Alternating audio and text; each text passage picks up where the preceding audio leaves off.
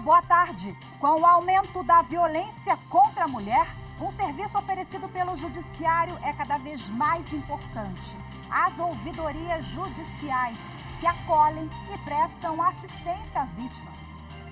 Eu sou Rafaela Vivas e no Jornal da Justiça de hoje vamos falar de um encontro que começa amanhã para discutir formas de melhorar o atendimento das ouvidorias judiciais. E você vai conferir também.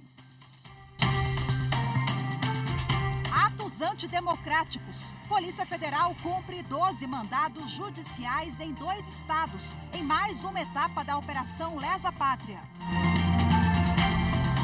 Ex-lutador profissional de artes marciais e dono de academia, Luiz Paulo dos Santos, vai a júri popular hoje pela morte da esposa.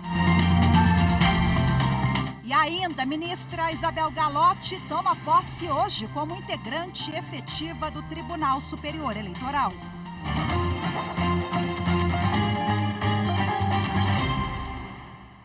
Com a autorização do Supremo Tribunal Federal, a Polícia Federal deflagrou hoje mais uma etapa da Operação Lesa Pátria. Os policiais cumpriram 2 mandados de prisão preventiva e 10 mandados de busca e apreensão contra investigados nos estados da Paraíba e Mato Grosso. A reportagem é de Bruno Silveira. Nos mandados de prisão preventiva, um suspeito foi preso em Cáceres, no Mato Grosso, e outro está foragido. Os agentes da PF apreenderam um celular e 6 pendrives em posse dos investigados. Os acusados vão responder pelos crimes de abolição violenta de Estado Democrático de Direito, golpe de Estado, dano qualificado, associação criminosa, incitação ao crime, destruição e deteriorização ou inutilização de bem especialmente protegido e crimes da lei de terrorismo. A Operação Lesa Pátria se tornou permanente e vai continuar com as investigações para identificar pessoas que incitaram, participaram e fomentaram os atos ocorridos no dia 8 de janeiro, que terminaram com ataques aos 3 poderes, com danos e violência aplicada contra o Palácio do Planalto, Congresso Nacional e Supremo Tribunal Federal. E a Polícia Federal faz outra operação hoje, dessa vez em parceria com a Polícia Rodoviária Federal, para reprimir o tráfico transnacional de drogas. A narração é de Rossini Gomes. Acompanhe. Estão sendo cumpridos 28 mandados de busca e apreensão e 29 mandados de prisão no Rio Grande do Norte, Mato Grosso do Sul, Santa Catarina e Rio Grande do Sul. No início da manhã foram apreendidos pistolas e armamentos pesados, equipamentos de radiotransmissão, cheques, joias e dinheiro em espécie. Além das prisões e buscas, a Justiça determinou outras 15 medidas cautelares, como o monitoramento eletrônico dos investigados, o sequestro de 21 imóveis e 39 veículos e o bloqueio de contas bancárias de 51 pessoas físicas e jurídicas. As investigações começaram em 2021, com a apreensão de cerca de 24 toneladas de maconha. A droga entrava no Brasil pela fronteira com o Paraguai e depois era levada para Florianópolis, em Santa Catarina, onde ficava armazenada. Os investigados vão responder pelos crimes de tráfico transnacional de drogas, organização criminosa, tráfico de armas e lavagem de dinheiro. As penas somadas podem chegar a 30 anos de prisão. O juiz Carlos Fernando Fecchio dos Santos, da 3ª Vara de Violência Doméstica e Familiar de Brasília, concedeu uma série de medidas protetivas a Ana Rosa Schuster, ex-noiva do deputado Zé Trovão.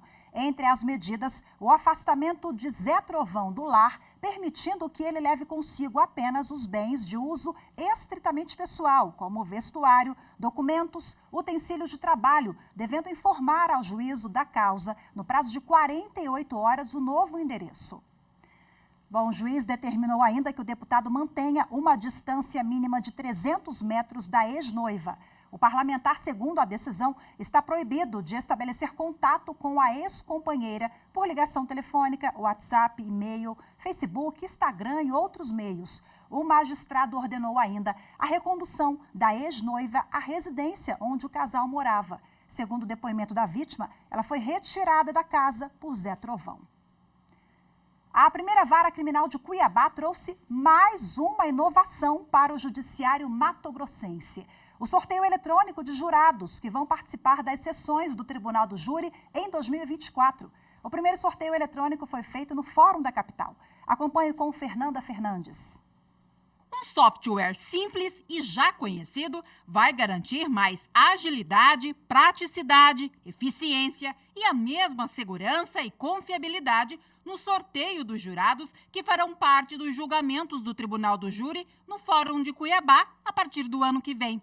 O procedimento, que antes era manual e mais demorado, agora é automático, por meio do editor de planilhas Excel. Para a gente poder usar ferramentas aqui no TJ, tem que ser homologada. O Excel é uma ferramenta homologada, então eu não preciso preocupar com uma nova homologação. Então eu posso usar o Excel tranquilamente. Então toda a função desse sorteio ocorre no Excel, nenhum programa externo, e ele vai ser um programa local. Então ele não tem acesso à rede, então não tem como alguém invadir ou acessar. Ele é totalmente local, então ele é seguro e confiável. As funções e atalhos que o programa possui permitem inserir e sortear em poucos segundos os jurados cadastrados. Lista geral que hoje chega a quase 7.000 nomes. E a ideia foi pensada e desenvolvida pelo Felipe. É sorteado um por um nome, a juíza vai lê-los e temos duas tabelas dentro do Excel. Os que estão aptos a ser sorteados e os já sorteados. Por que essas duas tabelas? Para não ocorrer de um mesmo nome ser sorteado duas vezes. E os sorteados, como é no Excel, eu posso simplesmente selecionar todos que foram sorteados, copiar e colar. Então eu consigo fazer a decisão e os alvarás, os mandados, rapidamente. O ex-lutador profissional de artes marciais e dono de academia, Luiz Paulo dos Santos, vai a júri popular hoje. Ele é acusado de matar a esposa Hélida Tuane Ferreira da Silva Santos em novembro do ano passado e jogar o corpo dela num córrego na zona leste de São Paulo. A professora tinha 26 anos e foi morta com 2 tiros dentro do apartamento onde morava com o marido e o filho. Luiz Paulo será julgado no Fórum Criminal da Barra Funda. A audiência está marcada para daqui a pouco, 1h30 da tarde, daqui a pouquinho. Testemunhas da acusação e defesa serão ouvidas, entre elas a família da vítima.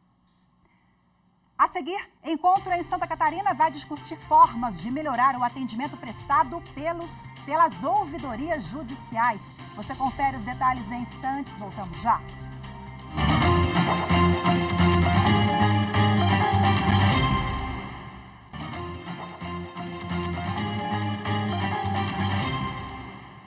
As ouvidorias judiciais têm um papel importante no enfrentamento à violência contra a mulher. E nesta semana, o encontro, promovido pelo Tribunal de Justiça de Santa Catarina, vai discutir formas de melhorar essa prestação de serviço. A Amanda Mustafa traz as informações.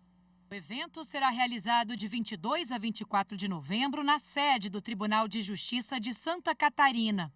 É o segundo encontro do COJUM, o Colégio de Ouvidorias Judiciais das Mulheres, criado este ano, para reunir membros das ouvidorias dos tribunais de justiça de todo o país.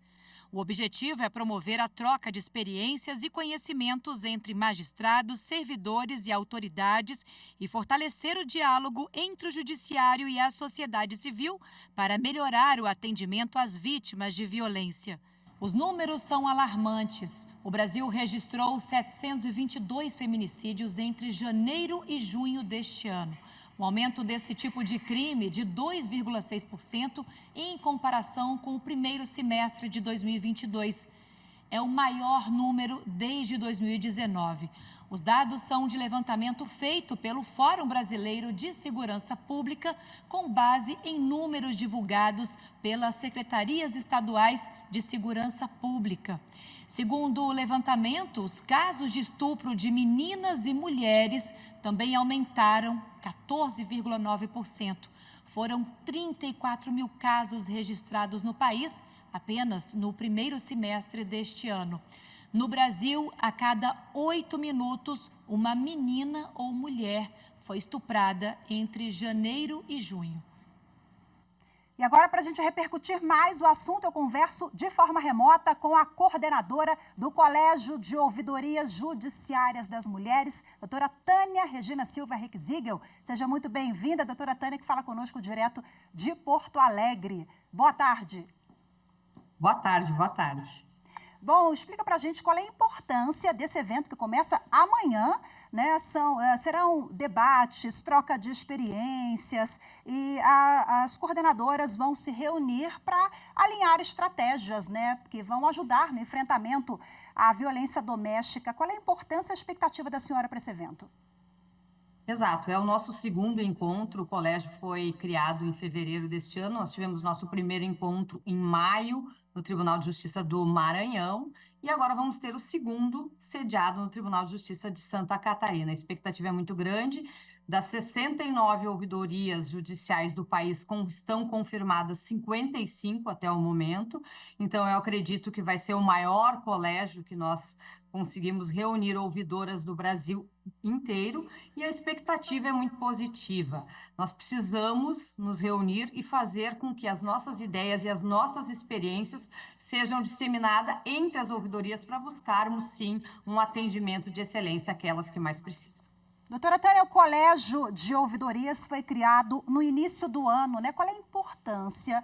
De que forma o colégio pode ajudar nesse enfrentamento, né? Qual é a importância de ter um órgão que vai cuidar dessas ouvidorias e traçar uma linha de atuação aí em todo o país? A senhora preside esse órgão. Fala para a gente como é que tem sido o trabalho de fevereiro até aqui e os frutos colhidos. Exatamente. Todas as ouvidorias, tanto as ouvidorias da Justiça do Trabalho, a Justiça Eleitoral, elas têm um colégio de ouvidores, o COLEOV, o COGE, que tem este papel realmente de alinhar, né, e uniformizarmos as nossas ações. O Colégio de Ouvidorias das Mulheres se tornou fundamental e principalmente se tornou necessário, uma vez que esse número de ouvidorias é muito grande. E, na verdade, ele é o maior colégio hoje, porque como os colégios são por ramo do judiciário, então são menores. Como o Colégio de Ouvidorias Judiciais das Mulheres abrange todos os ramos do Poder Judiciário, tanto a Justiça Eleitoral, como do Trabalho, como militar, como federal, os colégios superiores e os tribunais superiores, é o maior colégio de ouvidores do Brasil. Como eu disse, nós hoje estamos contando com 69 ouvidorias. Ontem inauguramos a ouvidoria da mulher no Tribunal de Justiça do Paraná e assim estamos continuando para ver se conseguimos alcançar os 91 tribunais. Na sexta-feira à tarde, dia 24, vamos inaugurar a ouvidoria da mulher no TRT Santa Catarina. E assim a ideia é que a gente tenha em todos os ramos do Poder Judiciário, em todas as sedes, uma ouvidoria. O encontro é extremamente importante, principalmente para nós resgatarmos deste primeiro ano quais foram as dificuldades, quais foram os principais acessos da ouvidoria, quais os temas mais acionados na ouvidoria e que a gente possa, de uma forma unificada, trazer experiências e poder regrar de uma forma unificada todos os atendimentos nas ouvidorias. Vou aproveitar o gancho agora para perguntar para a senhora quais são as demandas mais solicitadas em linhas gerais até aqui. Na verdade, as mais acionadas realmente são as ouvidorias das mulheres dos tribunais de justiça estaduais, nos casos de violência doméstica. Os demais também são acionamentos, muitas vezes, até interno. Casos de assédio sexual, casos de assédio moral, enfim, cada especialidade tem um aspecto, mas na grande maioria ainda é o acionamento pela morosidade processual, em temas que envolvam as questões das mulheres. E quais são os principais desafios na avaliação da senhora? Porque a senhora já citou números, né? Realmente nós temos vários colégios, um país continental, práticas diferentes em âmbitos da justiça eleitoral, da justiça comum, federal. Então, o que a senhora elenca como desafios e gargalos? Eu acho que o desafio mesmo maior é o que a gente está conseguindo, é dar publicidade, e vocês nos ajudam para isso. Para que as pessoas saibam que elas têm um local para elas pedirem auxílio, que elas saibam que tem um local que vão ouvi-las. As pessoas precisam saber que existem ouvidorias à espera delas dentro do Poder Judiciário, que tem mais um canal especializado para atender os crimes contra as mulheres, os crimes de violência contra as mulheres. Então, esse é um desafio que nós precisamos, e toda a sociedade, estarmos unidos para que as pessoas saibam. Você que tem alguém que sabe que está precisando de orientação, que está precisando de ajuda, a ouvidoria do Tribunal de Justiça do seu estado está à disposição. Isso é muito importante, isso salva vidas, isso pode salvar vidas. E que a gente possa, com isso, diminuir esses números alarmantes que nós temos ainda no nosso país. Perfeito, doutora Tânia. Muito obrigada pela participação. Parabéns pelo trabalho da senhora. Sucesso no evento a partir de amanhã, nas inaugurações todas, viu? Boa tarde, até a próxima. Muito obrigada. Boa tarde. A seguir, Isabel Galotti toma posse hoje como ministra titular no Tribunal Superior Eleitoral. As informações em instantes, voltamos já.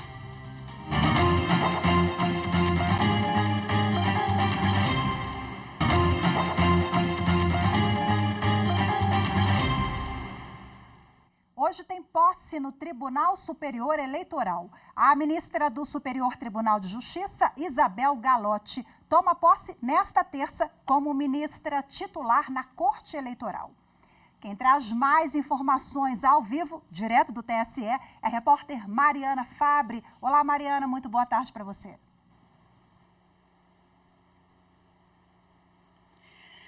Olá, Rafaela. Boa tarde para você, boa tarde a todos. A sessão do Tribunal Superior Eleitoral desta terça-feira será destinada à posse da ministra Isabel Galotti como integrante efetiva aqui da Corte para o biênio 2023-2025. Galotti ocupa uma das vagas destinadas a ministros do Superior Tribunal de Justiça aqui na Corte Eleitoral.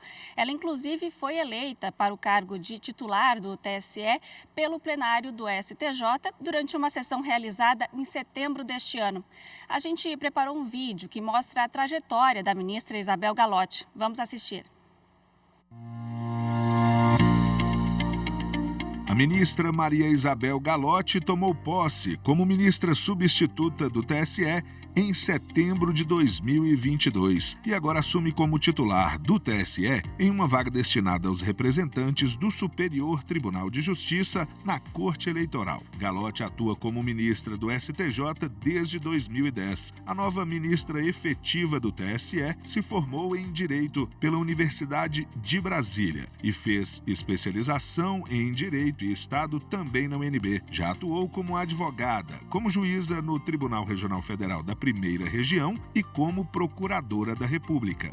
O plenário do Tribunal Superior Eleitoral é formado por 7 ministros. São 3 representantes do Supremo Tribunal Federal, entre os quais são eleitos o presidente e o vice-presidente do TSE. A Corte também tem 2 representantes do Superior Tribunal de Justiça. E o mais antigo na Justiça Eleitoral ocupa o cargo de Corregedor-Geral Eleitoral. Também há 2 representantes da classe dos advogados, nomeados pelo Presidente da República. Cada ministro tem um substituto da mesma origem.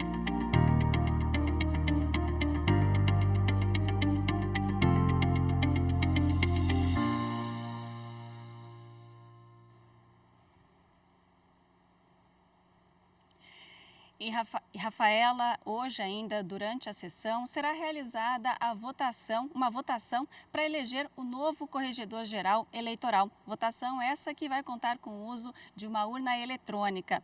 O cargo de Corregedor-Geral Eleitoral tradicionalmente é ocupado pelo representante do STJ que está há mais tempo aqui no TSE. Lembrando que entre as atribuições do corregedor está a relatoria de ações de investigação judicial eleitoral, as AIGES. Bom, e com essas solenidades, a sessão plenária aqui do TSE hoje não vai contar com o julgamento de nenhum processo. A cerimônia começa às 7 horas da noite e deve contar com a presença de aproximadamente 800 convidados. A transmissão vai poder ser acompanhada ao vivo pela rádio, pela TV Justiça e também pelo canal do TSE no YouTube. Rafaela? Mariana Fabre, mais uma vez, muito obrigada pelas suas informações. Boa tarde. Tchau, tchau. Integrantes da recém-criada bancada negra da Câmara dos Deputados estiveram na sede do Tribunal Superior do Trabalho.